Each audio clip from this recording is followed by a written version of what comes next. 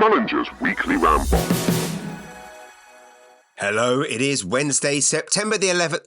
Oh, whoops, a bit too much enthusiasm there for this date, which obviously is a date, but it's also obviously the anniversary of one of the worst things to happen ever. I always say it's Wednesday. It's actually right now, as I'm recording this, it's actually Tuesday, September the 10th, the day before this is going out. I have taken in recent weeks to recording the podcast on the Wednesday morning at 6 o'clock in the morning so that it's coming out on the day that I'm saying that. Today, though, I'm recording it the day before, which is also an anniversary. It's actually my and my wife's wedding anniversary today, which is obviously a positive date. Memory.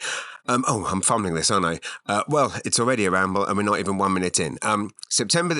You are listening to this on Wednesday, September the 11th. Trying to do this delicately. Remembering the awful tragedy. We all remember where we were the day I got married. No, sorry. We all remember where we were.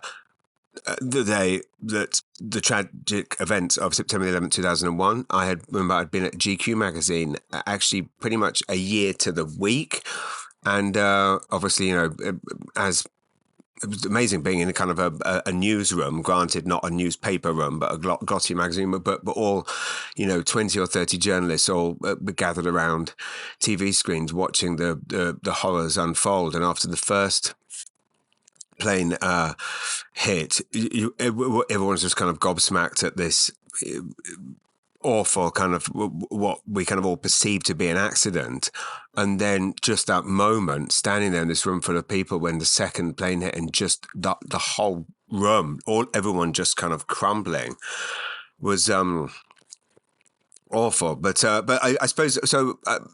Again, remembering everyone on this day that you are listening to this, but I'll redo the intro. We don't edit this, so it is Tuesday, September the 10th. See, I'm allowed to have enthusiasm for this date, which is the day before the tragic date, because I was married on this date now, Tuesday, September the 10th, 18 years ago. My wife Pam and I got married 18 years ago today at the Fifth, on the terrace of the Fifth Bar, which is in downtown Toronto, actually a stone's throw from the CTV, the social offices. Whenever I go in to do the social on CTV, I can see the Fifth.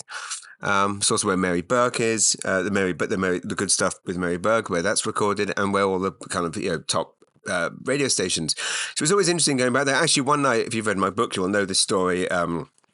When I gave my vows 18 years ago today, September the 10th, I was on the terrace delivering my vows, and I could see the Yuck Yuck sign in the distance. And I've been a stand-up at this point in September 2006 for about a year and a half, and I saw the Yuck Yucks awning, and I remember seeing Jason Rouse was headlining, and his name was up in lights. And I remember thinking, one day, I will headline that club. I should have been focusing on the wedding, but what can I tell you? I'm obsessed with comedy. Always comes first, even on my wedding day. Even as I'm delivering my vows to my wife, I'm still eyeing up what's the next comedy hurdle to overcome. What's the next thing? What's the next thing that I'm going to achieve?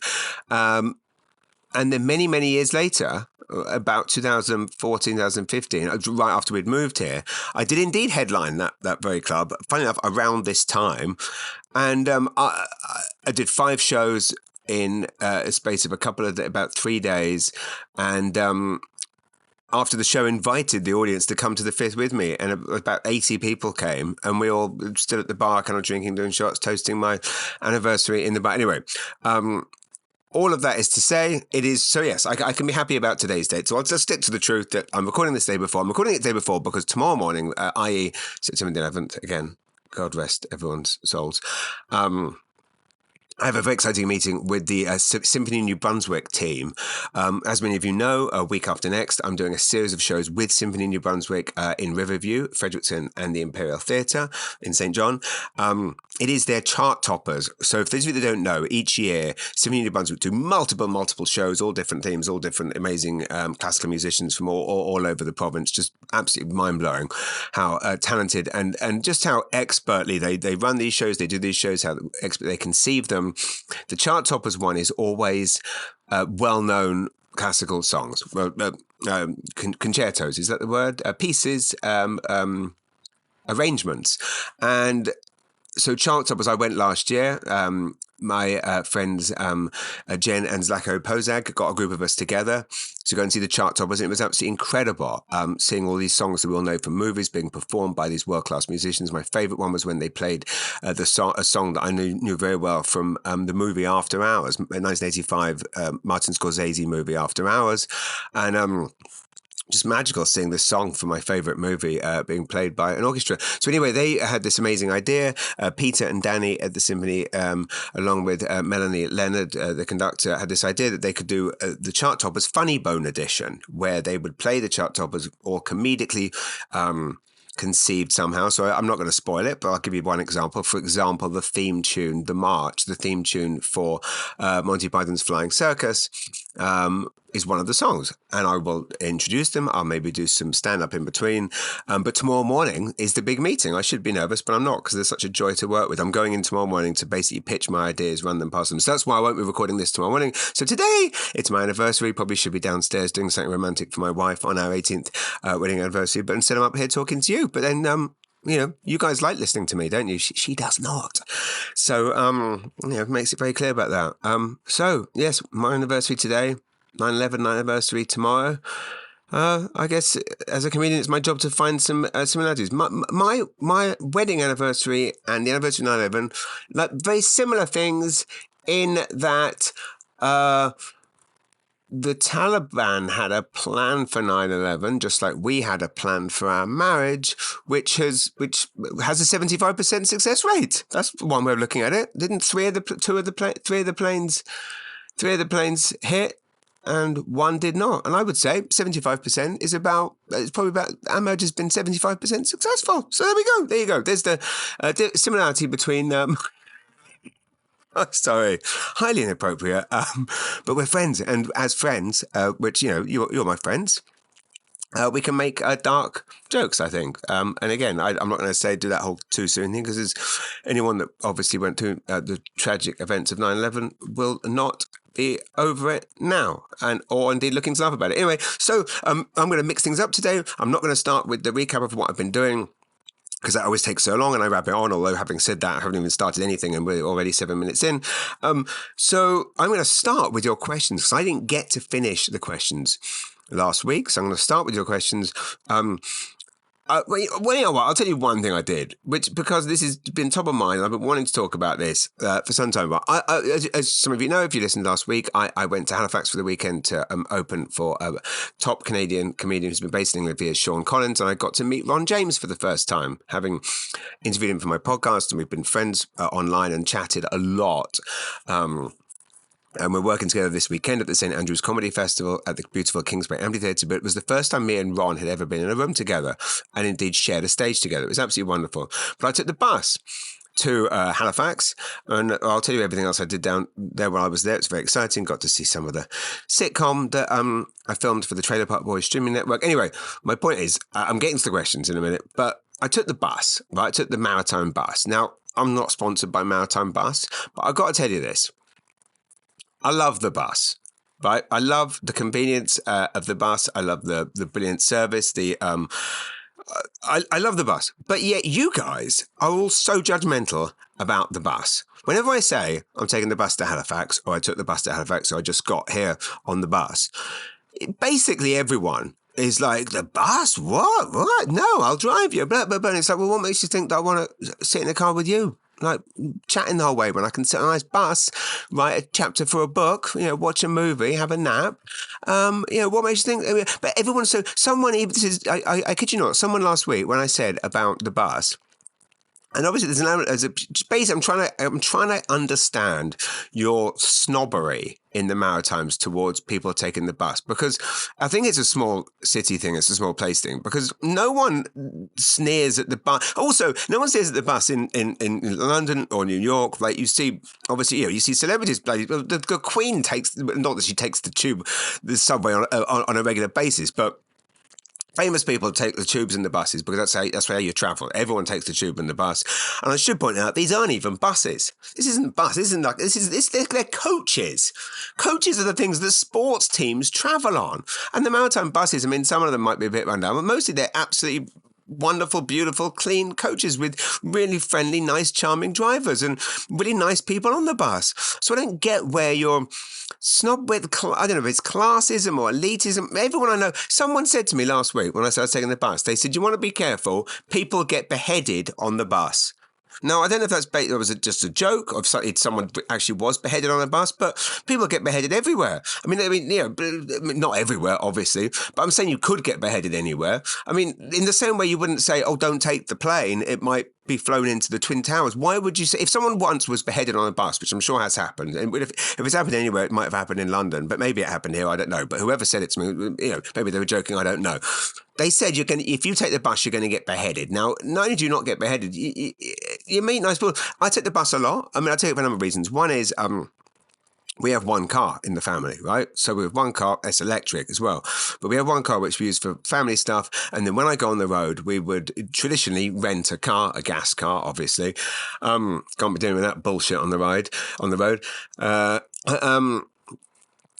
But when I'm going somewhere like Halifax, and the other thing is, as you all know, I'm not up very late, but I wake up early. I wake up early with the voices in my head and all that, right? So when I wake up early, and I work a lot, as you know, I'm quite. What I'm trying to say is, when I get behind the wheel, I'm driving to Halifax, I get tired, I get sleepy. So I'm like all sense, I pull over a lot for naps and snacks and gas and all that. So if I drive myself to Halifax, it probably does take me 6.5, 7 hours. And I arrive in Halifax absolutely knackered. Is that a word here? Isn't it? It means tired. I think it traditionally means tired from sex. But so I'm not having sex on the bus, just to be clear. That's not like beheaded and intercourse. Being beheaded and having sexual intercourse on the bus is not what goes down. Generally, what goes down on the bus is a very productive work time. I got so much weather. So that's something, and I also don't lose 2 days work if I'm driving there and back. So anyway, I don't get the snobbery for the bus. I love the bus, and it's not a bus, it's a coach. And celebrities travel on coaches, and football teams, soccer teams travel on coaches. So and in normal places, like not normal places, no offense, New Brunswick, but like in big cities, like everyone travels on the subway. So I don't really get why there's snobbery about the bus. I had way too much time talking about the maritime bus. I'm just saying that now I've actually also seen all the other places that it goes across. I'm going to be able to take on a lot more gigs than I couldn't normally do. Like I don't like the long drive to Campbellton does my head in. Now I know I can get the bus there. Might be more inclined to take a gig in Campbellton. So the bus is going to be great for my career. Also, dirt cheap. $60 to get to Halifax. Now, when I rent a car, obviously I'm paying for the rental car, but also the gas would cost more than $60. So it's cheap, it's convenient, you can have a productive day. When I got home Sunday night, so I took the bus all day Friday, got there, of course I'm fully rested. I arrive in Halifax, literally footloose, fancy free, feeling absolutely spiffing, ready just to take on the world. When I'm driving, I arrive there broken, exhausted, a wreck, just ready to hit the sack. I arrive there after a day on the bus. I walk in, yeah, lovely, jubbly, quick shower at the Sutton place, off I go, out. So everything about the Maritime Bus is amazing. I'm not sponsored. By the way, this is not sponsored by Maritime Bus. It should be. So for $60, you get there. Costs you more on the gas. Also, no parking. You don't have to park. It pulls into the Westin. I walk 5 minutes to the Sutton Place. Bish bash bosh, sweet as a nut, lovely jubbly. Everything in Halifax within walking distance. Although I did end up taking, I did take an Uber to a gig I went to that night, and then I came back on the ferry. And weirdly, it was my first time ever on the Dartmouth ferry, and I got to do it with Nancy Reagan. But I said I wasn't going to talk about what I'm going to do, what we're up to. I'm going to do your questions first. This is not working out as planned. We're 14 minutes. Okay. So we're going to start with the questions. So many good questions. We will start with everything is. Oh my God. Okay, we'll start with a mad one. Tammy Dorrington. Do you think Lady Di is actually alive and in hiding? Controversial. Well, not really controversial. Well, after it says, what was I thinking? What was I reading about? Oh my goodness. I was reading about the Princess Diana funeral today. It's funny you asked that, Tammy. I was back. Well, I was told you I wasn't going to tell you what I've been up to. But I've been back at the YMCA this week. First time back in 4 months. Can't tell you how happy I am to be back there. I had to stop going because my son broke my rib, as many of you regular listeners will know. My son broke my rib during a UFC fight on a trampoline. So I finally got back to the YMCA, finally back swimming. And anyway, when I'm working out and I'm on the ski machine, I like to read a book. And I've been reading. This is a classic, and you'll read about this probably in the next issue. I'm going to start a new column in the Maritime Minute magazine. Oh, by the way, the new issue's out. I'll go through that in a bit later too. And I'm reading a book which is about 20 years old, published by Nimbus. It's the autobiography, the first autobiography, I believe, one of the first, who knows. It's a memoir by Steve Murphy, the CTV legend, the other CTV legend, along with Nancy Reagan. It is called Before the Camera, a memoir. I bought it at the Loyalist City Coins and Collectibles off King Square in St. John. It's next to the R-Bar. And it's 20 years old, but it's absolutely brilliant. And Steve Murphy's, oh my God, his descriptions of growing up in St. John, starting out in radio here, it's really, really fascinating. The story is about like how his father's music shop got closed down because Brunswick Square was built, and it was suddenly this teeming, busy mall that shut down all the local small businesses. And it's fascinating when you read that now, and you think that Brunswick Square is basically, the mall from Dawn of the Dead horror movie, like it's some post-apocalyptic dystopian nightmare of non-existent shops and just empty spaces. And you walk in there, and it could be used as a film set for like one of those Last of Us or a zombie movie. But yet what's popped up and what seems to be thriving in Uptown St. John is independent shops. And it's a really, really beautiful thing, actually, when you think about it. With a shop like Backstreet Records has been there 35, 40 years. Gaudy Tuff's there. There's so many gorgeous independent shops, so many music and collectors shops uptown. The flips happened. The Brunswick Square shut down all the independent local mom and pop shops. But now, as Brunswick Square has faded out, all the mom and pop shops are coming back or still in existence. Anyway, Steve Murphy's book, absolutely magnificent. It's so weird to think it's 20 years old and it could be written today. Anyway, he was talking about Princess Diana and the funeral. And interestingly, and he's talking about the way in which people complained that the media was going overboard with the Princess Diana stuff. And he and a team went to London to cover it. And I was about 18, 19 years old when it happened, maybe 18. And I was devastated. And I was a kid, just like a dumb kid. And I took the train from Maidenhead to Paddington and to Hyde Park, and walked to Hyde Park and sat by myself in the field with millions of other people for Princess Diana's funeral. Was properly moved by it. And interestingly, in the next issue of the magazine, we also have a feature on someone from PEI who actually worked with Princess Diana very closely. Anyway, so do I think Princess Diana is actually alive and kicking? I would love to think so, Tammy. It absolutely devastates me to this day, the way that the tabloid press and paparazzis treated her during her life. It devastates me that regardless of what you might think about Harry and Meghan, they're whiners or whatever else, the simple fact is they don't deserve the awful treatment that they get. Least of all does he deserve it after they did all of that to his mother, and now they're doing it to his wife. It's deplorable. So I would love, in a perfect world, Tammy, that Lady Di was alive and in hiding. And I wish, but to be honest, Prince Harry, probably not that good an actor. And when I see the sadness in his face when he talks about his mum, I think that's the sadness of a person that hasn't seen their mum since then. And there's a lovely piece of footage online of Princess Diana greeting Harry at school one time. And so no, I don't think the royal family had her offed, as some people believe. I think it was a stupid, tragic accident. I do think it was caused by the paparazzi. Tim Andrews, my beloved, thank you, Tammy, for that question. Tim Andrews asked a question, who is my biggest celebrity friend? That's a good question. I guess in London, people that I could and would have called friends that everyone would know. I mean, like Michael McIntyre was definitely a friend, one of the biggest, if not the biggest comedian in the UK. Him and his wife and his brother and my wife and myself went to Nobu for dinner one night. Obviously, he paid. I couldn't afford that. Although there's 2 Nobos, and me and Pam actually went to the wrong Nobu. And then arrived late for a £1,000 meal that Michael kindly picked up the bill for. But I don't have much contact with other. I mean, Sean Collins, obviously, I'm still in touch with in London. But I've swapped when Michael's Netflix special came out. I sent him an email. Emailed him and his wife Kitty, and I was very good friends with his brother Nicholas. His brother Nicholas actually took a lot of the publicity pictures that some of you see me use on posters and things. So Michael was definitely a friend. I mean, I obviously people like Jimmy Carr I knew well, and Jimmy and I still in touch somewhat. But in terms of friend, like I mean, I would say Jonathan Torrens is a good friend. Now Ron James, Canadian wise, Misha Booger Gossman, I would say is someone that I adore and want to do more projects with, and she's would be I would so those would be. I have a thing again. There's other people that I knew socially, but through the GQ parties and stuff. Like when I was in the UK, people that I could say hello to and would always people like the model David Gandy, TV presenter Dermot O'Leary, people like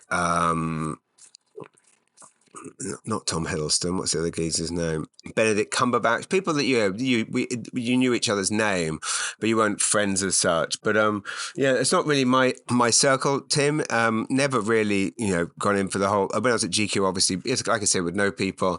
But celebrity friend, I would say biggest celebrity friend and best celebrity friend would probably be without question Nancy Reagan, who obviously is an icon. I just had my head cut today by my hairdresser Chris, and he was telling me how much he loves Liz Rigney at CTV and Nancy Reagan, and lots of people ask me about Nancy because she's an icon. And funny enough, in Steve Murphy's book, he speaks very lovingly about Nancy, and she's not just a friend. I mean, she's like a sister to me, just like my other celebrity friend Nikki Payne. So I would say my two biggest celebrity friends would have to be Nikki Payne and Nancy Reagan.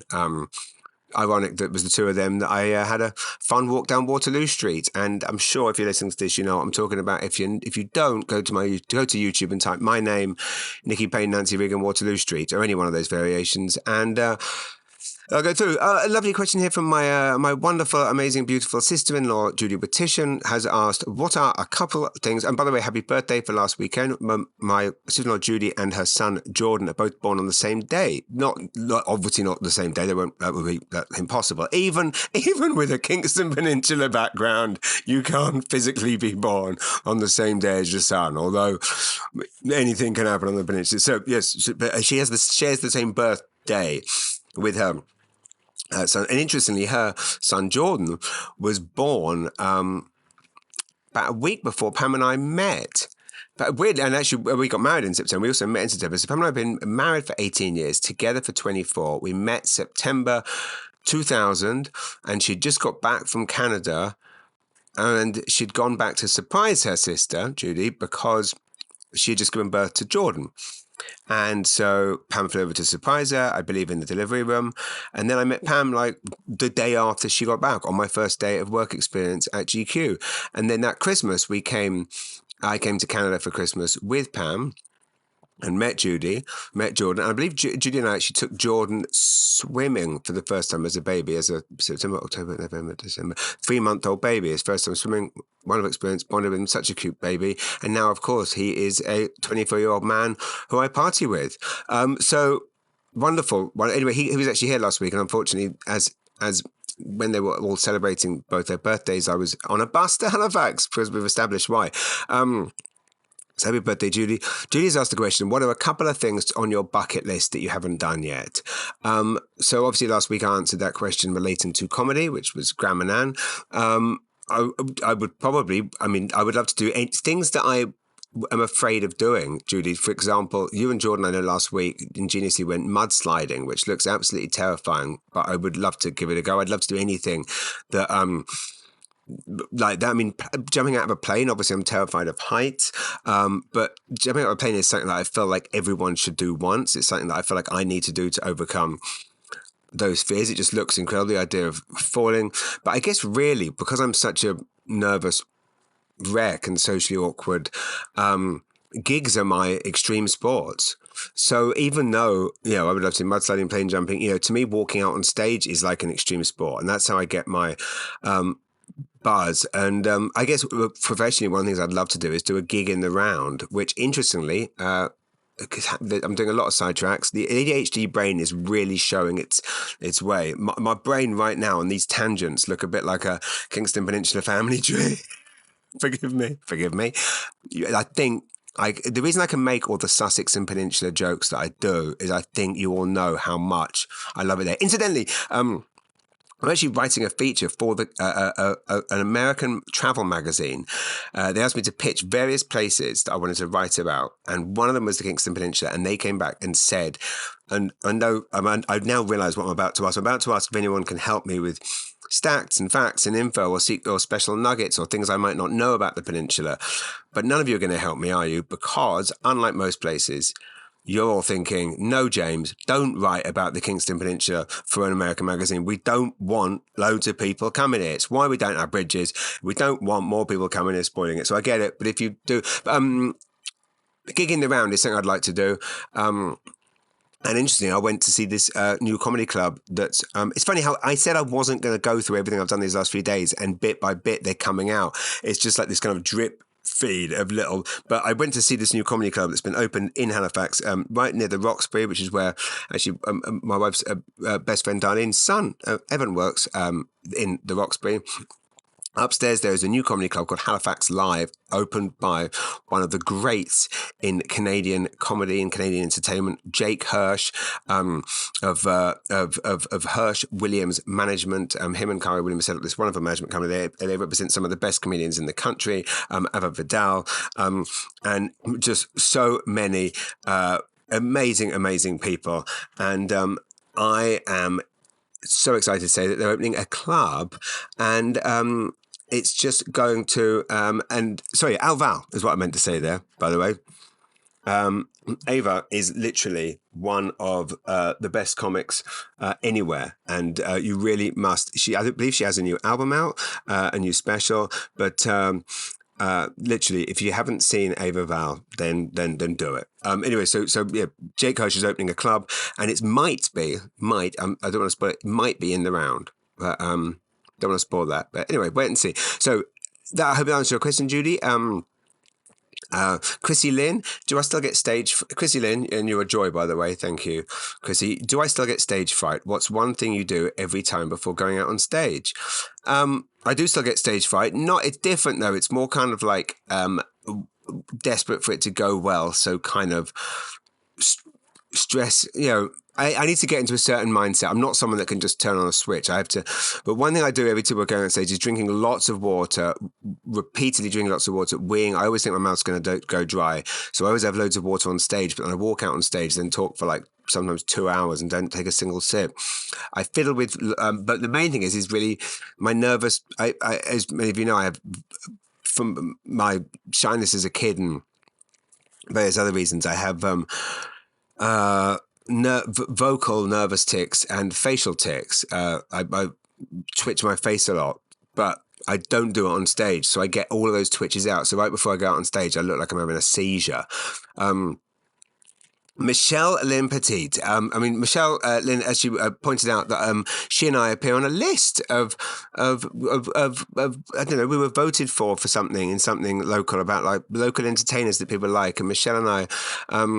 And Michelle Lynn Petit is absolutely hilarious. She's been working her backside off, doing great stand-up for the last couple of years. If you like people like Steph Tolev, if you like, Michelle's like her whole persona on stage is just she's a force of power. You should go and see her. She performs at Punchlines a lot. She performs all over. She's asked me a question here, and I used to hang out with her regularly at Jason Krause's Dream at JFTS. She says, I've laughed at many of, I don't read compliments, but she has seen, I'm going to say she has seen some of, I'm not going to read the beginning. She has seen some of my observations about how New Brunswickers act, but have you been able to master any New Brunswick accents like the Shiak or the Carleton County twang? If so, I'd love to hear them. Excellent question. No is the answer. I'm terrible at accents, but you know what? I really, really should learn them. I would love to hire a vocal coach to teach me how to do different New Brunswick accents so I could start doing that. Because if I'm going to evolve my act, that needs to be the next thing. My accents are so bad that the reason I don't even do Canadian accents, like, on stage, I'll say like, and then the lady at Sobeys said to me, "Excuse me, James." Like, I was just put on a stupid posh English voice because I've got no range. And on the rare occasion I actually do my wife's voice in conversation, it's very embarrassing because when I do my wife's voice, obviously she's Canadian, it comes out Texan. So I literally be saying to people, I was saying to a friend, like, "Oh, Pam's in a right mood." I got home and she was really mad. I hadn't emptied the dishwasher. She was like, "Well, goddamn, why'd you not empty that goddamn..." She literally sounds Texan, like Cowboy Pete. Like, "If you don't empty that goddamn dishwasher, I'm gonna throw my lasso around you and put you back in the chicken coop." I don't know. This is not how I should be spending my 18th wedding anniversary. Or it's not how you should be spending the anniversary of 9/11, listening to someone do bad Texan accents when he thinks... No, the answer is no, I can't do any accents yet. I wouldn't do the Shiak one necessarily. Would it be offensive? I don't know. Let's find out. If anyone knows a vocal coach that can teach me how to do accents so I can politely poke fun at... well, not poke fun at, celebrate the beautiful accent diversity in this region, let me know.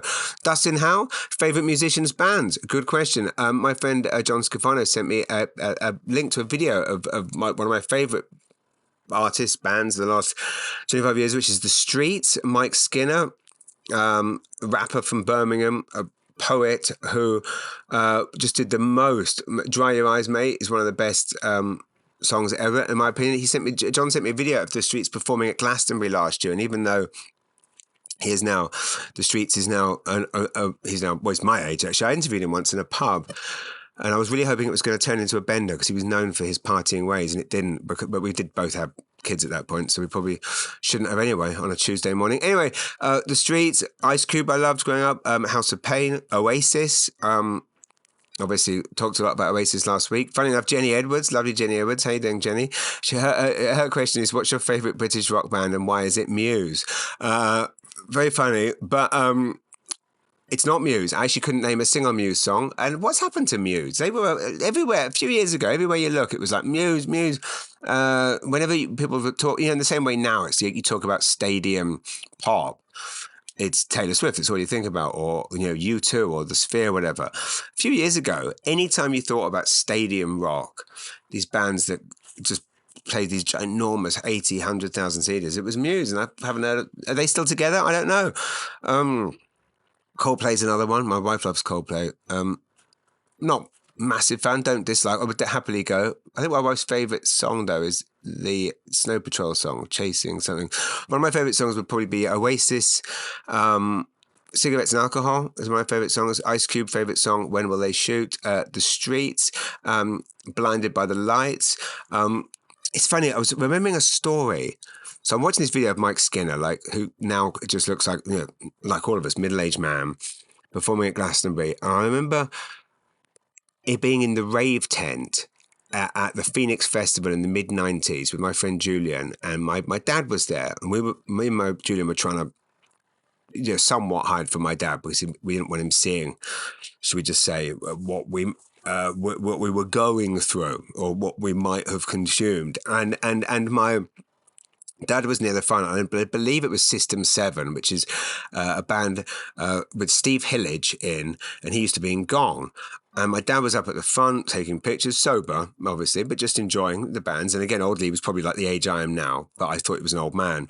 And this young girl, this hot young girl turns to my dad and goes, something like, "Wicked tunes, man."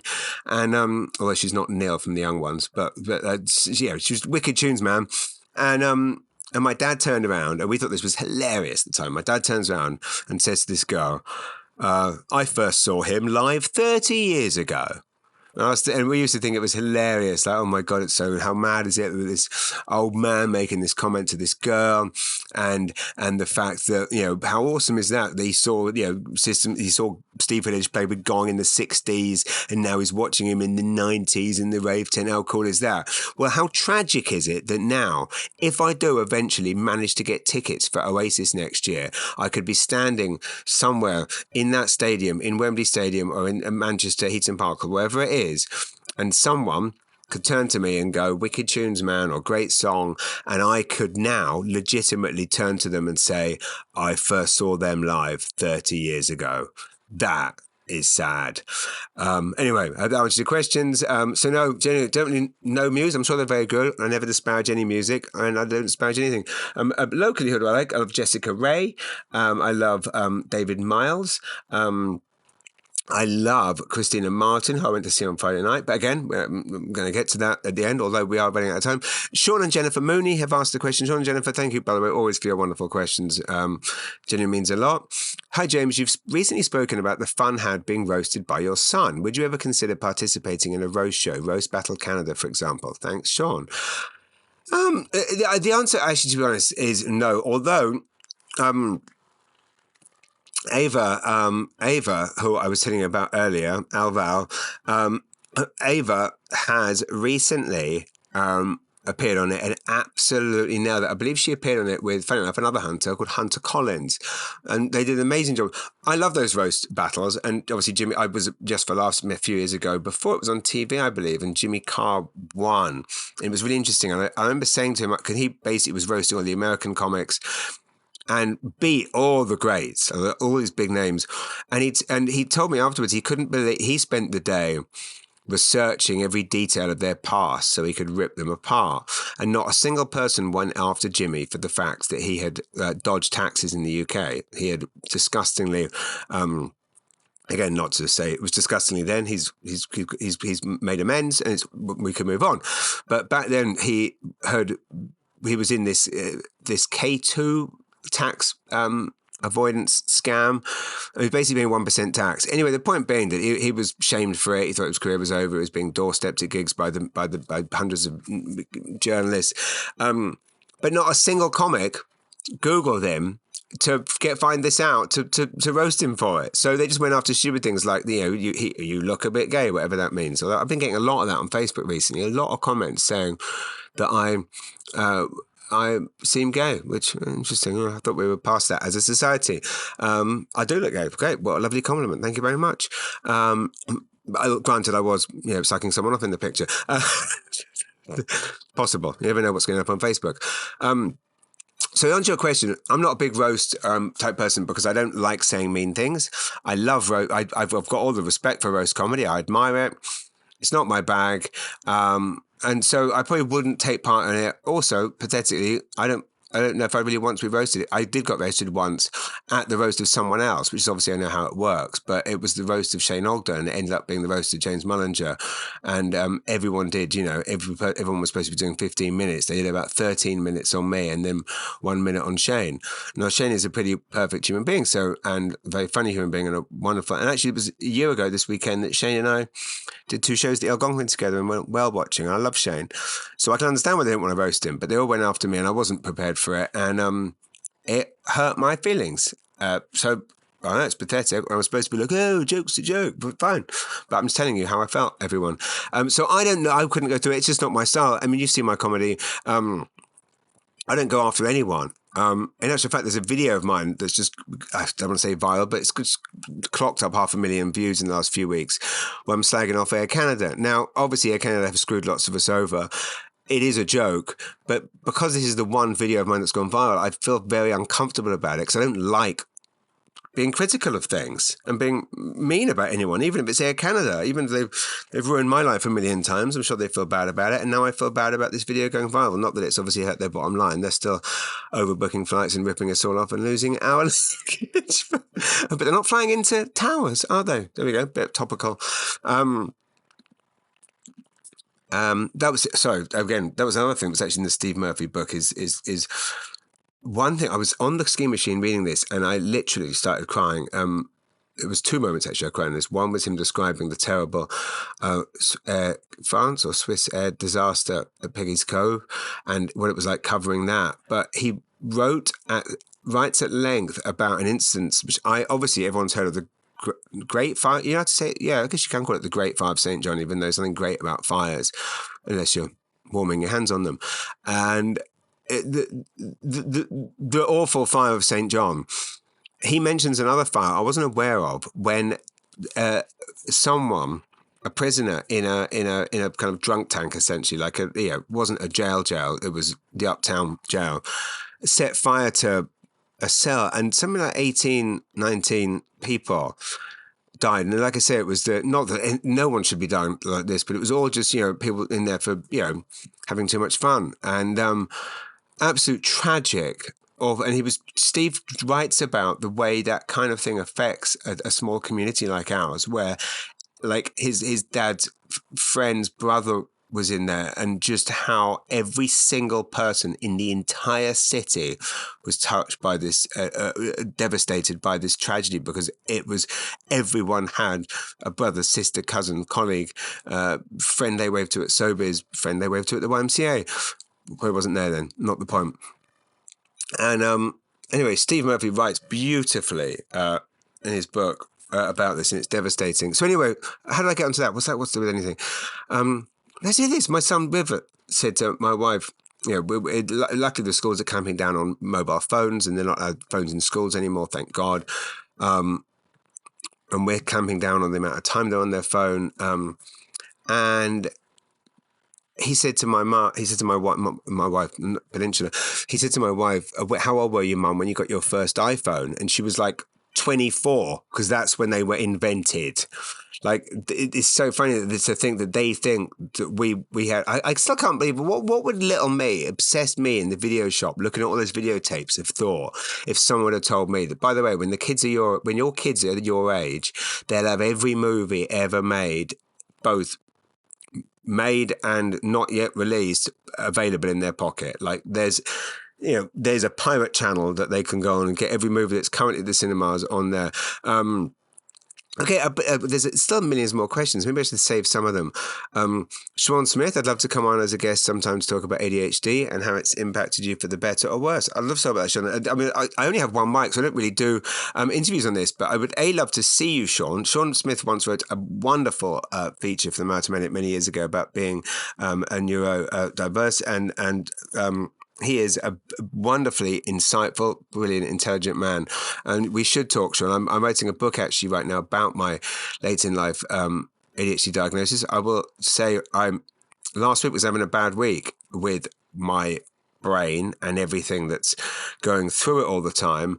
And then somehow this weekend I had a couple of odd experiences that has left me very clear-headed this week. I think part of it also is, I mean, again, it's stupid. Like, I think I haven't had an alcoholic drink for maybe 12 days, and I feel like that sometimes does clear the head. It's funny how, obviously some people don't drink at all, some people can't drink at all, and the rest of us kind of, might drink occasionally.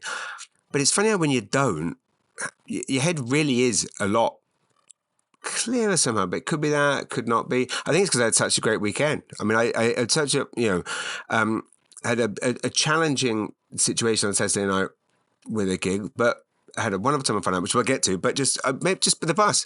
I mean, I'm in such a good mood because of the Maritime bus. Lovely Curtis Phillips. I see your wonderful daughter Claire went off to school. Last week, I saw a picture of Christina posted on Facebook. Curtis, can I just say, I always really appreciate your messages and your kind comments. Whenever I get a notification or like an email saying there's a comment on one of my videos on YouTube, I always assume it's someone slagging me off, because often it is someone going, least funny man in the world, couldn't make it in England, so he moved to St. John. He's clearly gay. So when I see that, I basically get a kind of a bit of PTSD. Which I hope that explains, Sean, why I can't do a roast battle. Obviously, like I say, I don't think I'd be good at it, and I wouldn't want to take it. But anyway, Curtis said, your last call for questions made me think. It's funny how people always talk about what kind of mind frame you have to be in to be successful, but they rarely talk about what kind of mind frame you have to get out of and how to do so. It's a very smart point. Like how to ignore a person, how a person ignores their doubt or their self-criticism or other people's criticism. How do you ignore the negative thoughts and opinions in order to create something positive? I guess that's a very deep thought, but maybe you can make something out of it. But it is a very deep thought, actually, Curtis, and it's testament to you as a thinker and a gentleman for coming up with that. How do I ignore?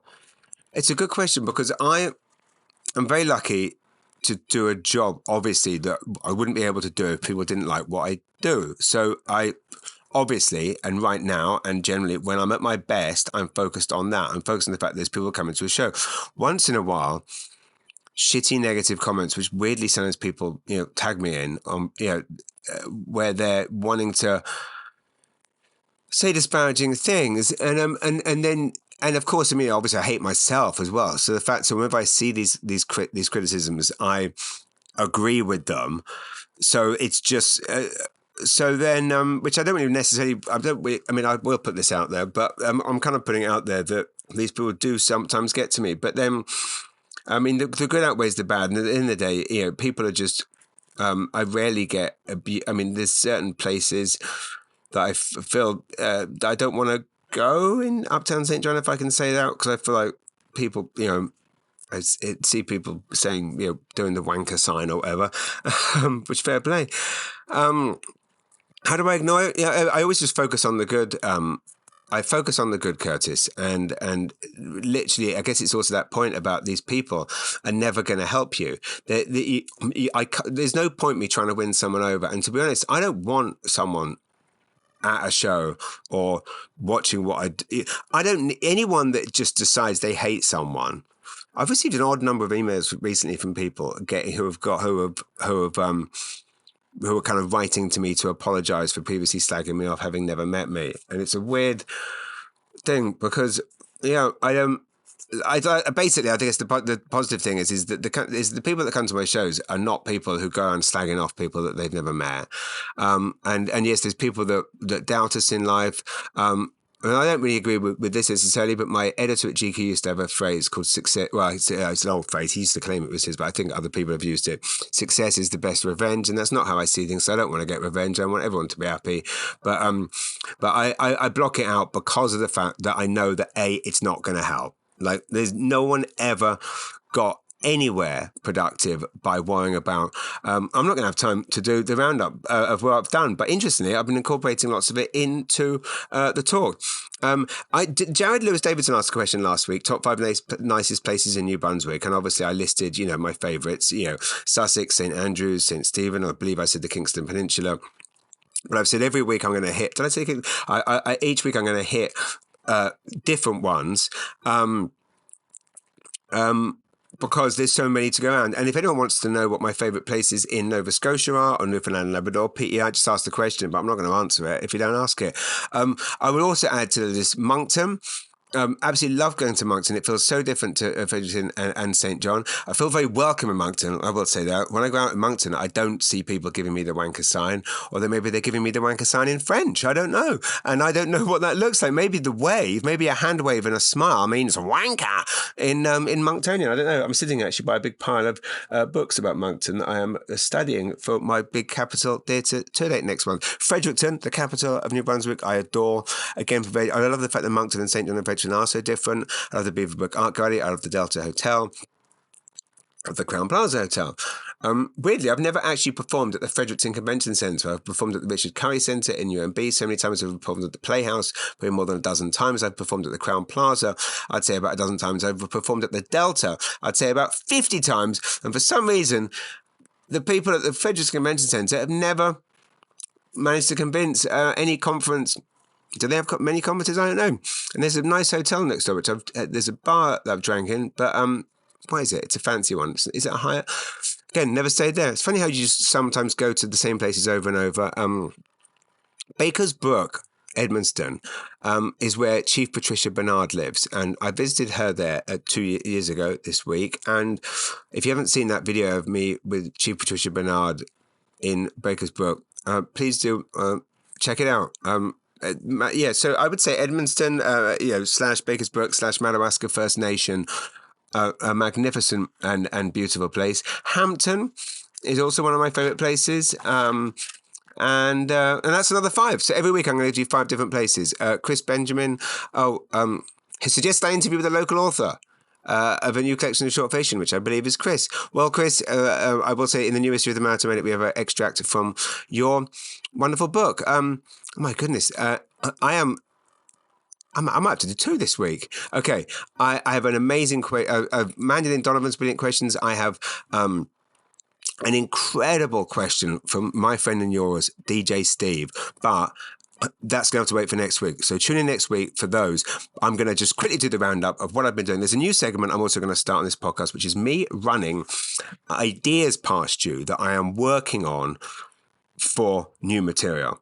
I'm going to tell it to you. I'm just going to literally read you my list. I'm going to go. So it was hilarious the week when I got back from BC. We after 2 days traveling, Air Canada fucked everything up. Usual thing. We get to YSJ at 2 a.m. And we come out and there's like 3 taxis there. So my wife goes out and says, hi, we'd like to book you. We're just going to grab our bags and we'll be right out. And the driver goes, yep, no problem. I'll be here. Don't worry. She goes inside, gets her bags, come out. He's gone, obviously, because he doesn't care. So then the lady comes out from the airport and she's phoning the. Did I tell you this the other week that I phoned a taxi service in St. John and they said they wouldn't come and get me in Rossay because they're not allowed to go into Rossay? Like, who's making these rules? Not helpful. We then walks like 10 miles home because tragically a lot of people are, let's face it, a lot of people are drink driving and telling taxi services they can't and not having, anyway. We walked the 10-mile home, and people, granted, lots of people were pulling over and saying, do you want to ride? And we're like, no, you know what, we're in it now. But imagine that taxi service is not, and we phoned another taxi service that is in the valley, and they snappily bit my wife's head off, saying, well, I'm on the way to Fredericton. And there's only one of me. I can't be everywhere at once. It's like, okay, well, sorry, but you're a taxi service. So anyway, there's no, and it was funny. There was a load of people at the airport who were obviously here for business who didn't really know what it was like here. So this woman was walking up and down, and she was like, going, "Is there Uber? Why isn't there Uber? Well, what, there's no Uber. What do you mean there's not Uber? Well, why the fuck don't you have Uber?" And it's like, thanks. Yeah, we were all asking those questions when we moved here as well. But it'll soon get sucked out of you, that energy for change. And she was like freaking out about Uber. She was like, "What? Why can't they? Why is there no taxis here? Why is there no Uber?" And the rest of us that live here were just standing there, just like, whatever. Yeah, I'm stuck here with all my luggage. I've been traveling for 2 days because Air Canada cancelled the flights, and we got 2 kids, aged 13 and 10. But oh well. And it was just funny. I love that. I love hearing newcomers complaining about stuff here. And it's like, at what point? I remember I used to come and go, why haven't you got this? And why haven't you got that? And why isn't there any restaurants by the water? And why this? And kind of thick in the teeth. Is that the phrase? Thick in the teeth, stuck in the mud, sticking long in the grass? I don't know. Stick in the teeth. I don't know. St. John's would just kind of roll their eyes at me thinking, you'll grow out of complaining about that. Anyway, I have a joke. I'm thinking that could be a funny thing. I love the Maritimes end of the airport. I love the fact that you walk through like Toronto Airport or Montreal Airport, you don't know anyone. Then you get to the Maritimes end and it's just like everyone you know is there. There's got to be something comedic in that, like walking down that escalator in Toronto Airport. You go from complete strangers and you come down and there's like a maritime kitchen party down there. People playing the fiddle, a moose head flying about. Who knows? Spending enough time with the kids. Need a grizzled police chief to shout at us. Take the choice away. What? Well, yeah, it's funny. Like it's when you're working from home and you've got the kids around all the time. It's almost like I need a boss screaming at me to tell me to get back to work. Like I need an old police chief in here, just like chewing me out, like Axel Foley's police chief. Doesn't sound very funny. Does it annoy you when you're typing on your credit card, when you're typing your credit card details into a website, how you type the first 2 numbers in, and it immediately says, not enough numbers. And you're like, all right, chill the fuck out. Like I haven't actually finished yet. Like I haven't pressed enter. Just wait. I hate that it jumps up with that thing. Like you type in 4 or 5 and it's like, not enough numbers. There's not enough numbers here. Credit card numbers have 18 digits and this has only got 2 digits. Like, chill out. It's like with the bank machine. There's another thing when you're trying to get cash out or you're doing a transaction and there's the options and it's like, do you have another transaction? Or you press I'm done. I'm done just seems a bit harsh to me. I'm done. I don't want to press I'm done. I want to press a button that says I'm all good. Thank you very much. So yeah, I hate those. Well, I also hate what is with the capture things where it's trying to check that you're not a robot, and it's like you're a robot. Like, why is the robot trying to tell me I'm not a robot when it's a robot? And I'm not a robot, but I can't figure out half that shit of how to do things. What else? Half an hour chatting with. Do you ever find that when you're chatting with your friends, right? That, like, when you meet someone for a coffee, do you find it kind of fizzles out a bit after half an hour? Do you find that? Like, you meet with your friends and it's like, And they do all the news. After about half an hour, they start to repeat themselves, or they start to kind of bore you, and you start feeling drowsy. Their eyes are glazing over, and you think, this should have been a text message. This should have been a 25 or 20, 30 at most. I'm stuck in here for the hour. So you start trying to make you excuses at like 45. Do you ever get that? Is it just me? Showtime or the. It should be like, meet at 7, showtime. Oh, I don't know. Time. Anyway, okay, that's it. Those are some ideas I'm working on. Don't sound very funny today, but nothing does until it's summoned. Okay. The new issue of the Multimedia is out, like I said. Cover story is Symphony New Brunswick. Melanie Leonard. It's a fantastic feature by Heather McLean-Reid. Stunning photograph by Kelly Lawson. It's in newsstands now, although I will say it is selling fast, which is amazing. So much in this issue. Stuff about Christina Martin's tour dates. Ken Case's Valley Orchard, Dreamboat Lucy, a world-class, world-renowned jewelry fashion designer based on PEI. Her name is Hilary McKay, and she's interviewed by Deanie Duquette. We also commissioned a film to go with it. We have a feature by Charisse Letson and Kate Milby on the 20 years of Jesse Bergen's Ale House. The king of Canadian television, my friend and yours, and this is probably one of my celebrity friends, Mark Bishop. How Mark Bishop has become one of the leading producers of television shows in North America, and from New Brunswick, and lives obviously based in Toronto, has this huge production company, but he still works tirelessly to put New Brunswick on the map. Misa Nordic Spa and Resort by Jennifer Wood, photographs by Al Douglas. Long Bay Brewery, my beloved Long Bay Brewery, best beer in the world, best people in the world. Heather McLean-Reid has written a feature about that. Sam Blackmore, amazing, beautiful young gentleman, brother of Will Blackmore, both from Hampton, both worked with them on Brit Out of Water. They're two up-and-coming, highly respected television and film professionals who love Ecuador. So Sam, believe I commissioned this, we started talking about this on the set of Brit Out of Water 2 years ago. And finally, we've done it. DJ Marcoshi, who I did a gig with for Grant Thornton many years ago, moved from Toronto to Moncton, fast becoming one of Canada's most in-demand DJs. Marcoshi is a legend. And then also Brandon Hicks has written about turning 30 in his beautiful traditional comic book style. As our comics editor, Brandon Hicks just always knocks it out of the park. And of course, like I said, the cover story, Melanie Leonard, who I'm meeting with tomorrow morning to discuss the big shows I'm doing with her. Well, I'll be sharing a stage with this incredible world-renowned conductor and orchestra. Okay, I'm reversing it. I'm going to whiz through. I've got 3 minutes to whiz through what I've done in the last week. So this is going to be the tightest, best bit. So last Thursday, I met John Wing, one of the best comedians Canada's ever produced, who's lived in Hollywood for about 30 years. I first met him 20 years ago just for laughs. We've met numerous times since. We've done shows together. He is one of the most sought after cruise ship, like the high-end cruise ship, big buck, glorious cruise ship performers, comedians. You might have seen him on America's Got Talent many years ago. Anyway, John Wing was in St. John on that beautiful cruise ship that was in last Thursday. So he came in and we went collector's shopping together. He collects sheet music. I collect vintage Atlantic Canadian guidebooks. So we went to the place that I love.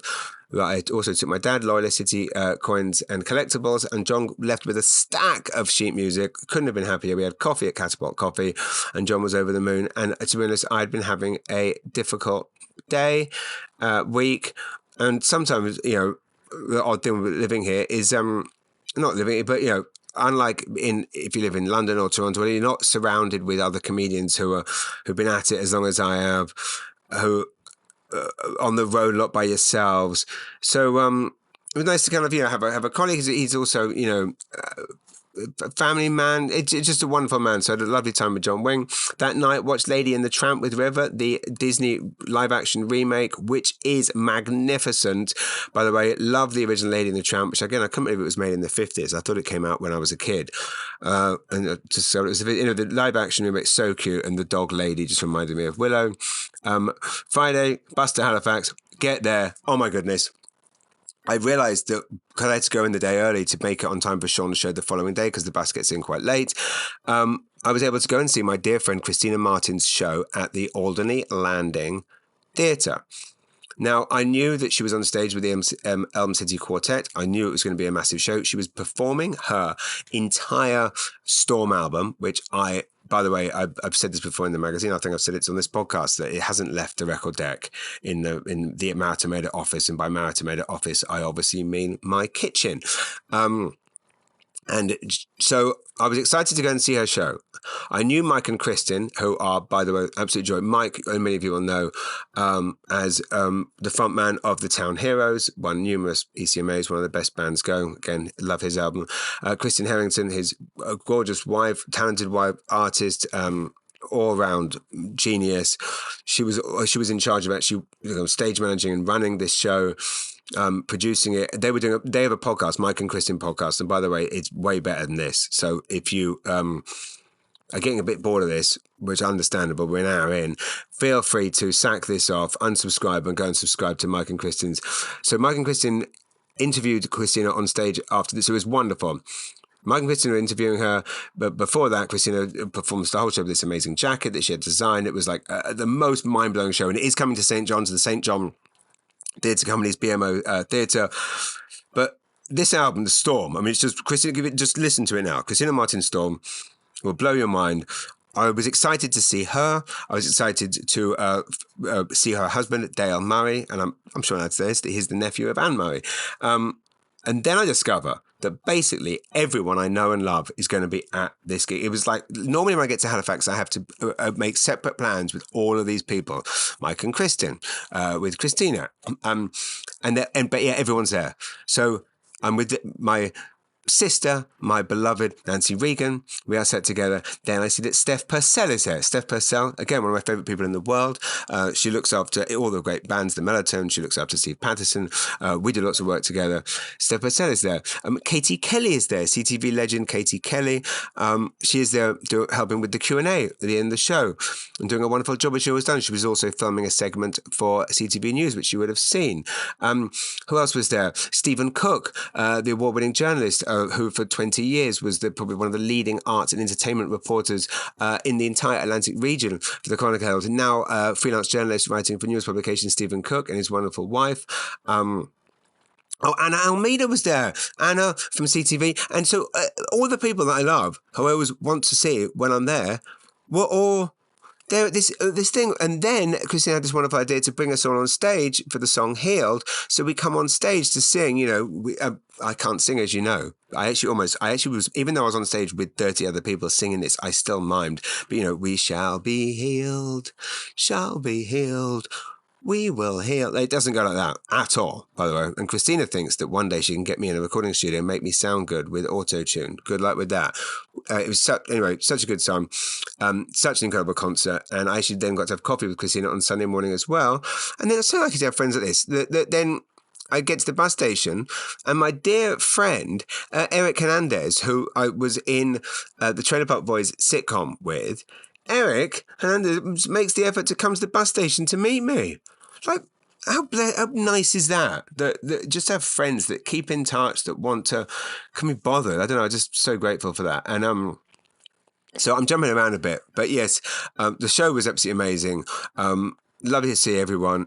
I hope a lot of you watched The Perfect Couple with Nicole Kidman over the weekend, a Netflix series that looks at first to be a bit of a piece of shit, AI-generated rip-off of Big Little Lies and White Lotus, and yet for some reason is absolutely magnificent. It starts off, I'm like, oh fuck, here we go, we've seen this, yeah, oh, there's water washing, oh, there's a body, the flashback, flash forward, boring. But actually, it's not. It's actually very clever.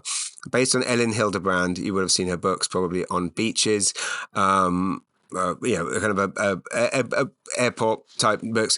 And I thought this just seems like AI generated nonsense, but actually the showrunner Jenna Lamia, who interestingly started her career appearing on a sci-fi series called Resident Alien, which many of you will know, which incidentally, there's a big sci-fi series being filmed called Revival, based on the sitcom Revival, being filmed in St. John right now. Massive production. I believe that Hemmings House were involved. My friend Matt Keenan got in touch because they needed props. They needed old magazines. That's where I'm at in my career. When there's a massive TV show happening in town, my role is give in some old magazines to be used in a dentist surgery scene. That's a sign that the showbiz career is going well. What night was it? Was it Sunday night when I got back? Yes. Pam, Pam, we were discussing this. We were saying, what's the greatest flavour in the world? And we were going to do this. Maybe we'll save this for next weekend, maybe, because again I've been off the wine for a couple of weeks now. But I think it's Palamine and wine. The Ganong chocolate Palamine with a glass of wine. I think it's the best taste in the world. So Palawine, how's that? Palawine. If you need to celebrate something like an anniversary, not 9/11. 10, 11, no, 9, 9, 10, 9, 10, which is today. But okay, so and then I watched. What else did I watch? I watched one other show. So Pam and I watched the Perfect Family. Obviously, brilliant, good. Unlike a lot of this shit, these shows has an ending, not a stupid ending, not a trick ending, an actual ending that works. That doesn't just try and make you watch a second series. So good on them. I watched Rebel Ridge. Jeremy Saulnier directed it. Many of you will know Jeremy Saulnier. He directed Blue Ruin, which was a kind of an understated crime classic. Green Room. And for some reason, I don't know, he should have stuck with the colour theme. Blue Ruin, great name. Green Room, great name. Rebel Ridge, shit name. Red Ridge, literally there for the taking. But the lead was supposed to be John Boyega from Star Wars, the British actor. He was replaced by, the movie had loads of problems getting made, COVID, John Boyega pulled out, replaced by Aaron Pierre. Oh my goodness, this guy is phenomenal. Now the movie is not as good as people are saying, I don't think. It's not as bad as it looks either. The poster artwork makes it look like some piece of garbage Steven Seagal, like bottom of the gas station basement. No, that doesn't even work anymore because they don't do DVDs in gas stations. Well, they do actually in some. But even the Salisbury one, they've even got audio. They've got DVDs in there. But it looks like a piece of trash just for streaming. It's not. It's a lot smarter than that. But anyway, Aaron Pierre was so young. Was he 30? Born in Brixton. He's of Jamaican and I believe Sierra Leonean descent. Anyway, phenomenal actor. Actually started off at the Croydon Young People's Theatre, and Croydon, as many of you will know, is where my wife's grandmother is from, Clara. Interestingly, one of his few awards that he's ever won is the Canadian Screen Award for Best Supporting Performance in a Film at the 11th Canadian Screen Awards in 2003. So, got to tell you, people in Canada look down on Canadian things because we are very modest. But the fact that this actor that's now going to become huge, and this guy's going to be huge. Aaron Pierre, give him a franchise, could be the next Bond. Idris is getting a bit old. Let's give it to this guy. But interesting that Canadian Screen Awards was the first people to recognise him. Anyway, like I say, that must be it, because I'm going to go. What did I do? That was the weekend. Perfect couple. Had a lovely meeting with Tony Delgado yesterday about a Systema thing we're working on. Shows, what did they last today? But yeah, like I say, back at the YMCA. So happy to be back. What's the etiquette for the chat time in the the YMCA? Yeah, we love going because you know everyone, right? And it's nice to go and you chat, right? You chat, but sometimes we've all got places to go, things to do. Sometimes we've got to keep the chat to a minimum, right? I think like if someone's in the middle of an exercise and you go and chat, let's call it 3 minutes and then done. Yeah. Do we agree? Tell me what you think. Send me messages. What is the etiquette for chatting at the gym? Given, let's face it, if we're in there at 8 a.m, it's probably because we've got like a 9:30 meeting. Anyway, I'll let you tell me about that. Thanks for listening, everyone. Like I said, this weekend, St. Andrew's Comedy Festival with Ron James, Jimmy Flynn, Jeff Owen. There's still tickets available because it seats 3,000 people. Thanks for listening. Keep supporting the Maritime Bus. Not that you are supporting it, you bastards. You're going around telling people that bloody you get beheaded going on it. Well, I didn't get beheaded. And at the time, I've met someone really nice. Met a lovely, lovely guy by the name of, was it Charlie? And he was the nephew of Trish Vauteur, a friend of mine. Wonderful Trish Vauteur. So anyway, I'm going to go. It's been a long one again. Oi, oi, that's what she said. What a way to end the podcast. Comedy Festival next Wednesday at Hampton. Weekend after next, the 21st of September, it's Bayern New Brunswick Book Day, and I will be at Indigo in St. John between 10:30 and 12:30, signing copies of the new reprinted Brit Happens, new and updated reprint. Thanks to you guys making it a sold-out bestseller. Thanks for listening. And if anyone knows Steve Murphy, the iconic, legendary journalist, tell him his book Before the Camera is absolutely phenomenal, and I'm going to be writing about how much I love it in the next issue of the magazine. So yeah, you can order the Mountain Minute from mountainminute.com. It's on newsstands everywhere: Walmart, Shoppers, Indigo, and KV Drugs, and everywhere else. Thanks very much. Pardon me, that was a burp. That's a terrible way to end the podcast. Please do keep listening. If you've got questions, send them to comedy@jamesmanager.com. Next week, I will definitely answer them. And like I say, I'll answer them first. I'll answer DJ Steve's and Madeline Donovan. Thank you very much for listening. And if anyone's made it this far, the only person that's probably still here with me is probably lovely Julie Wood. Julie, you're amazing. And I hope at some point someone around here will give me some bloody time off so I can come into the cinema and see you and watch a movie in your beautiful cinema where you obviously do something special there because your staff are always so friendly. And if anyone's looking for tips on how to motivate a team, Julia Wood would be the person to go to because the work she does at the Cineplex is magnificent. Thanks for listening, everyone. I will see you next week and enjoy 9/11, so to speak. Bye.